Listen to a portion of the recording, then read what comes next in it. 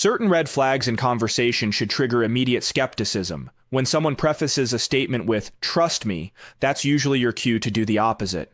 When a relative asks to temporarily use your streaming account, consider it permanently shared. And when someone with a history of business failures promises economic prosperity, the results often speak for themselves. During a February 5th Senate Banking Committee hearing, Senator Raphael Warnock pressed Treasury Secretary Scott Bessent on the administration's manufacturing promises. President Trump had pledged a manufacturing renaissance that would benefit American workers significantly. Bessent, a hedge fund executive who built his career at Soros Fund Management before launching his own investment firm, maintained that this economic expansion is just beginning, despite economic indicators suggesting otherwise. As usual, let's watch this, and I will give you my take later at the end. Senator Warnock. Thank you, Chair Scott, and welcome, Secretary Bessent. President Trump promised that his administration would usher in a, quote, golden age of American manufacturing. In September 2024, at a rally in my home state of Georgia, Donald Trump said, quote, "We're going to have a manufacturing boom." Secretary Bessent, we're now more than 1 year into the Trump administration. Yes or no? Has there been a manufacturing boom in the United States? There are the beginnings of a manufacturing boom. We have intentions, factory groundbreakings, sir. So your answer to that is yes, there's been a manufacturing boom? That we are at the beginning of a manufacturing boom. Okay, you and I could agree to disagree. But more importantly, manufacturers are telling us something different. Manufacturers are struggling because of the president's policies, and that's what they keep telling us, and the facts keep telling us. In fact, just this past Monday, the Wall Street Journal published this article entitled, "U.S. Manufacturing is in Retreat, and Trump's tariffs aren't helping." I request consent to enter this article into the hearing record, Mr. Chairman. Without objection. Secretary Bessent, do you know how many manufacturing jobs the United States has lost since Liberation Day in April 2025, when the president first announced his tariffs?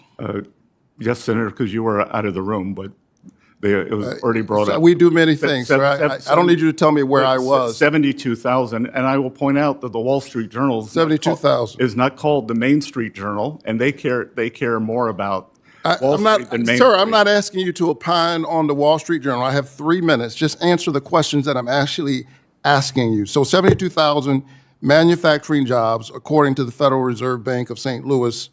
Thank you for answering the question. Manufacturers shed workers in each of the 8 months after President Trump unveiled his tariffs on what he called Liberation Day. I would submit that it's a strange liberation and a curious freedom that leaves you unemployed. Even worse, smaller businesses are struggling to keep up with the tariff chaos. Big manufacturers may have the resources to shift suppliers. And I need you to understand the spirit of my questions. I spend a lot of time talking to the people in Georgia who've given me the great honor of representing them in the United States Senate.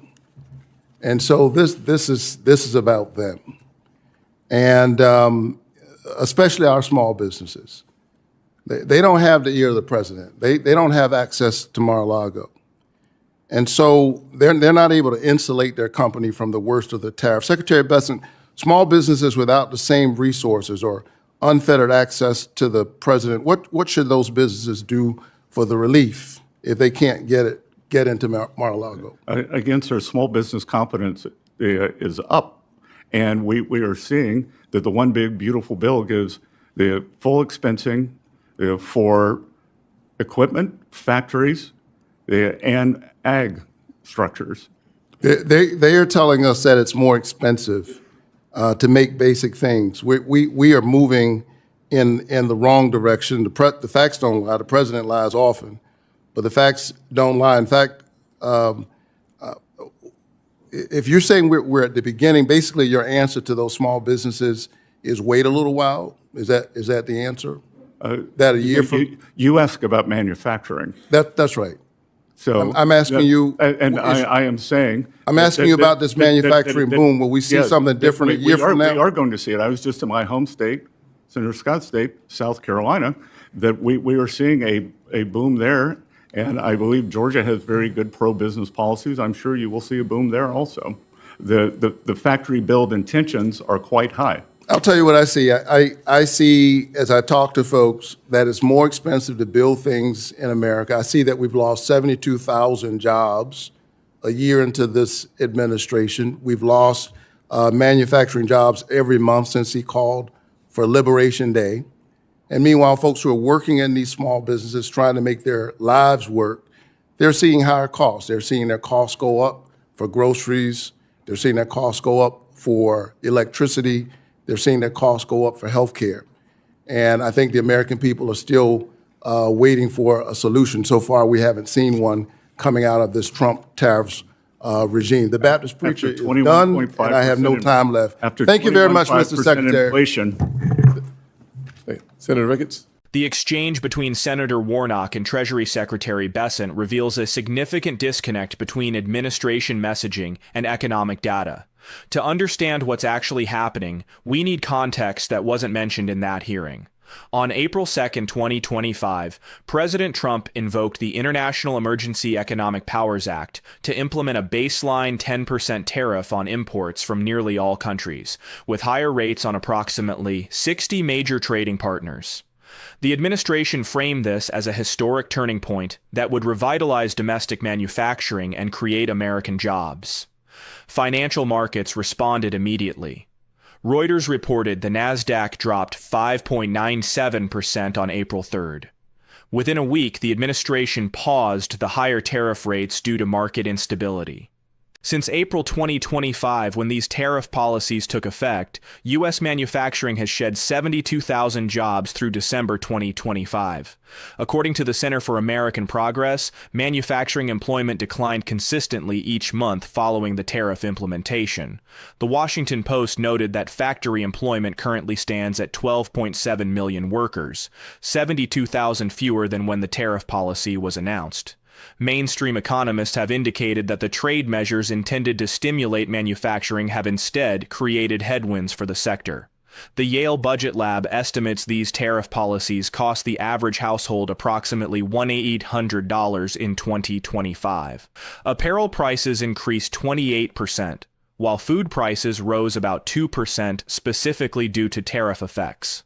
Tariffs function as import taxes paid by U.S. companies when bringing goods into the country.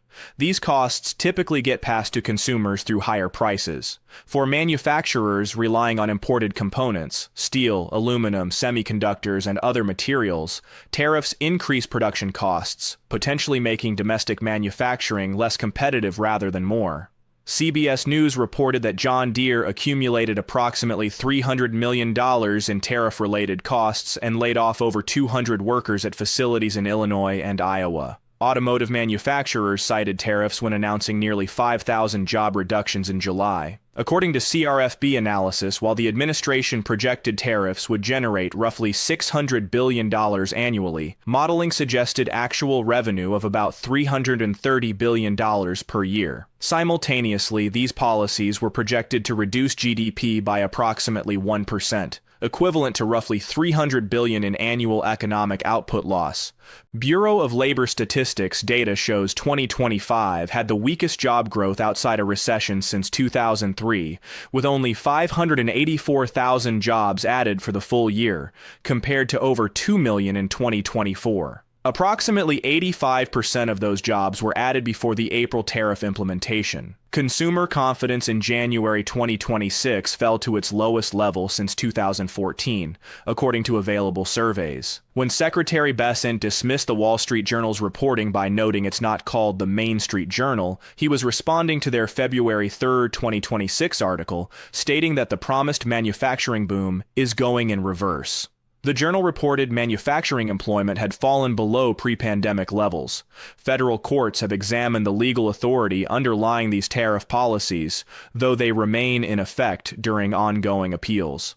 According to Moody's Analytics and economists cited in various reports, tariff policies have contributed to weaker job market performance and slower economic growth. The data presents a picture substantially different from the boom characterization. The question isn't whether tariffs can theoretically serve policy objectives, it's whether current outcomes match the promised results. 72,000 manufacturing jobs lost over 8 months, manufacturers reducing workforce monthly, household costs rising, and GDP taking hits all suggest a significant gap between projection and reality. When economic policies produce results opposite to their stated goals, the response from leadership matters. Characterizing job losses as the beginning of a boom, while workers face layoffs and households absorb higher costs, represents either a fundamental misreading of data or a communication strategy divorced from measurable outcomes. The relevant comparison isn't between different economic theories. It's between what was promised and what actually happened. If you like this video, then please subscribe our channel and support independent media. Thanks for watching.